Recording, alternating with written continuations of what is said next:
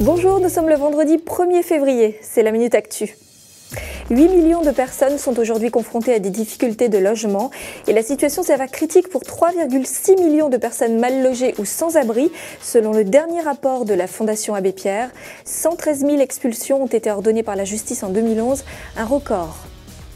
Attentat suicide à la mi-journée devant l'ambassade américaine à Ankara, la capitale turque.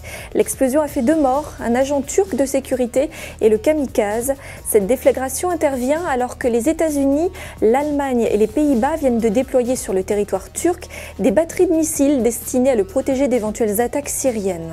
François Hollande se rendra demain au Mali alors qu'Amnesty International porte de nouvelles accusations d'exaction et de violation des droits de l'homme de la part des islamistes mais aussi de l'armée malienne qui aurait exécuté plus d'une vingtaine de civils dans le nord du pays.